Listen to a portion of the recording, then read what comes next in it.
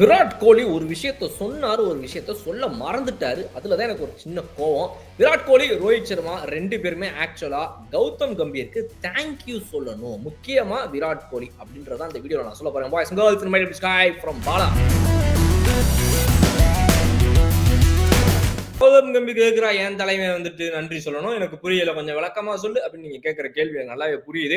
அதாவது விராட் கோலியை பொறுத்த வரைக்கும் அவர் என்ன சொல்லியிருந்தார் அப்படின்னா, கடந்த 2 வருஷத்துல வந்து நான் இப்படிப்பட்ட ஒரு ஃபார்ம்ல தொடர்ந்து இருந்ததை வந்து நான் 2 வருஷமா மிஸ் பண்ணேன். அது இப்ப எனக்கு கிடைச்சிருக்குங்கும் போது சூப்பரா இருக்குது அப்படின்ற மாதிரி சொல்லியிருந்தாரு.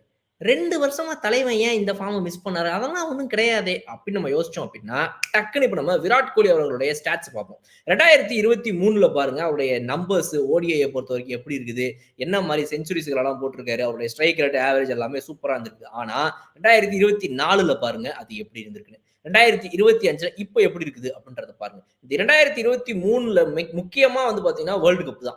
இந்த வேர்ல்டு கப்புக்கு அப்புறம் அவருடைய நம்பர்ஸ் அப்படிங்கிறது டிராப் ஆயிருந்திருக்குது. அதுவும் முக்கியமா 2024ல கொஞ்சம் டிராப் ஆயிருக்குது. சோ இந்த இடைப்பட்ட காலம் தான் 2023 அக்டோபர் மாதம் நடந்த வேர்ல்டு கப்புக்கும் 2025 டிசம்பர் மாசம் இப்போ ஒரு பேசுறதுக்கு நடுவில் இடைப்பட்ட நடுவில் கேப்ல இருந்த 2 வருஷத்தை தான் அவர் மென்ஷன் பண்றாரு. இந்த லாஸ்ட் 2 இயர்ஸா கொஞ்சம் ஒரு மாதிரி தான் இருந்திருக்கு எனக்கு அப்படின்ற மாதிரி. அப்போ இந்த இடத்துல தான் நான் சொல்றேன், விராட் கோலி கௌதம் கம்பீருக்கு தேங்க் பண்ணணும்ன்ற நான். மச்சான் கம்பீர் ரொம்ப நன்றிடா. நான் வந்துட்டு என்னமோ ஏதோ நினைச்சேன். ஆனா உனக்குன்னு ஒரு பவர் இருக்குது மாப்ள. என்னடா பண்றது? எப்புட்றா இந்த ஃபார்ம் திரும்ப கொண்டு வர்றது? 2023 வேர்ல்டு கப் டைம்ல இருந்த அந்த ஃபார்ம் கொண்டு வரணும்னு நினைச்சுக்கிட்டே இருந்தேன் மாப்ள, முடியல என்னால. ஆனா நீ வந்து ஒரு வார்த்தை சொன்ன பாரு. என்னது? விஜய் ஹசாரே. அந்த விஜய் ஹசாரே டிராஃபில என்னைய விளையாட வைக்கணும்ன்றதுக்கு நீயும் ஒரு மூச்ச போட்ட பாரு. அதுக்கு நான் இன்னைக்கு ஓகே விளையாடுறேன்னு சொல்லிட்டேன். அது அடுத்த விஷயம். ஆனா இவனை எப்படியாவது இவன் அவுட் ஆஃப் ஃபார்ம் ஆயிட்டான்னு என்னைய காட்டணும்னு நீ நினைச்ச பத்தியா மாப்ள? கைய குடு. Very good, super. அந்த எண்ணம் தான்டா மாப்ள என்னை இந்த சீரீஸ் ஃபுல்லா 2 செஞ்சுரி ஒரு ஹாஃப் செஞ்சுரின்னு போட்டு அடி தோதோன்னு துவச்சு player of the series award தான் வாங்க வச்சது. ரொம்ப நன்றி மாப்ள அப்படின்னு கௌதம் கம்பீருக்கு ஒரு தேங்க்யூ போட்டிருந்துக்கணுங்க விராட் கோலி. நான் ரொம்ப வந்து மிஸ் பண்றேன். அவர் ஏன் அதை அப்படி பண்ணலன்னு சொல்லி நான் வந்து ரொம்ப வந்து கண்மையா வண்டிக்கிறேன். அது மட்டும் இல்லாம இன்னொரு விஷயம் பார்த்தீங்கன்னா, ரோஹித் சர்மா அந்த நன்றி சொல்ல வேண்டிய அவசியம் கிடையாது. ஆனா சொல்லணும். ஏன் அப்படின்னா, இந்த ஒரு ஒரு ஒரு ஒரு இது கிரியேட் ஆகுதுல்ல, விராட் கோலி, ரோஹித் சர்மா 2 பேரும் அடிச்சாங்கடா. வாய மூடுனார்டா கௌதம் கம்பீர்னு ஒண்ணு கிரியேட் பண்ணார்ல, அதுக்காகவாவது நன்றி சொல்லணுங்க 2 பேருமே. ஏன்னா ரோஹித் சர்மா பொறுத்த வரைக்கும் அவருடைய நம்பர்ஸ் பாருங்க, விராட் கோலி மாதிரி 2020க்கு அப்புறம் லைட்டா ஒரு 21ல ஒரு சின்ன டிராப் ஆகுது. அப்புறம் அதே மெயின்டைன் பண்றாரு திரும்பவும். விராட் கோலி அளவுக்கு அவர் பெருசா டிராப் ஆகி ஏறல. ஆனா ரோஹித் சர்மா பொறுத்த வரைக்கும் நீங்க பாருங்க என்ன மாதிரி ஒரு கன்சிஸ்டன்சி.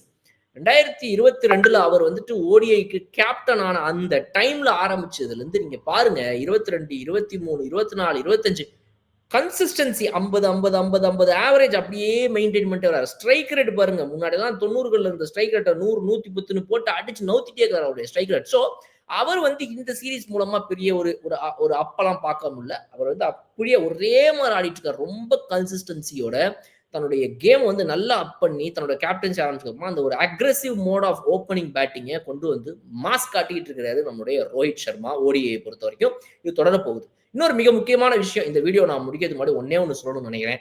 2027 ஓடிஐ வேர்ல்டு கப்புக்கு இந்த சீரீஸ் ஒரு சூப்பரான பிள்ளையார் ஜீசஸ் அல்லா சுழி போட்டிருக்குது அப்படின்றத நான் இந்த இடத்துல சொல்லணும்னு நினைக்கிறேன். ஏன் அப்படின்னா, முக்கியமா இந்த மாதிரி ஒரு இடத்துல வந்து இவங்க 2 பேருடைய ஃபார்ம் அப்படின்றது ரொம்ப முக்கியமான ஒரு விஷயம்.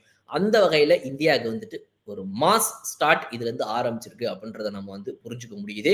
இவங்க 2 பேரையும் தொடவே முடியாது. ஏன்னா விராட் கோலி நீங்க பாத்தீங்க அப்படின்னா கடைசி ஒரு 30 ரன்ல அந்த ஓடிஐ சீரிஸோட 3வது ஓடிஐ மேட்ச்ல அடிச்ச அந்த ரன்ஸ்லாம் நீங்க பாத்தீங்கன்னா இறங்கி வந்து சும்மா அடிக்கிறார். கவர்ஸ் மேல ஸ்லாப் டப்புன்னு போட்டு அடிக்கிறார்.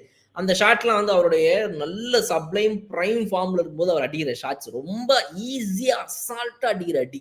அதெல்லாத்தையும் அவர் போடுறதுக்கு காரணமா இருந்த எங்கன்னே கம்பீருக்கு கலர் கண்ணாடி சார்பா இன்னொரு ஒரு நன்றியை நான் சொல்லிட்டு இந்த வீடியோ முடிக்கிறேன். உங்களுடைய கருத்துல கமெண்ட் செக்ஷன் சொல்லுங்க. இன்னொரு சூப்பரா வீடியோ நான் உங்களுக்கு பார்க்குறேன். அதுவரை விடைபெறுவது உங்கள் பாலா. ஓகே பாய்.